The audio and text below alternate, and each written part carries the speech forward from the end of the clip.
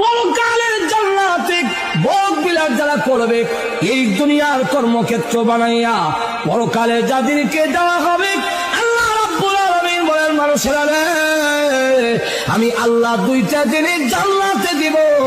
এক নম্বর হলো স্বাস্থ্যের কোনো সমস্যা নাই, আর তোমার ডায়াবেটিস থাকবে না, তোমার বহুমূত্র থাকবে দূরের কথা, বেশি বেশি তুমি পেশাব করতা, ইটা থাকবে দূরের কথা, তোমার কিন্তু আর মুতই থাকতো না, মুত উঠে যাবে, পায়খানা নাই, সবগুলো হজম হয়ে যাবে, বেহুশ দিলে শেষ হয়ে যাবে, স্বাস্থ্যগত দিক থেকে কোনো দুর্বলতা নাই।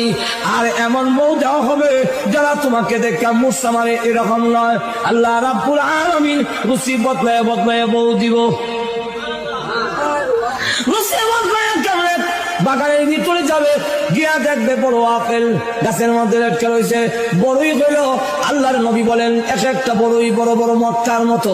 মুহাদ্দিসিনে কেরাম বলেন, ওই মটকা গুলো দুনিয়ার পাল্লা পাটকিরায় ওজন দিলে 12 মণ ওজনের হবে। এখন ওই জান্নাতের ভিতরে বড় বড় মটকা যদি হয়, বড়ই আপেল কত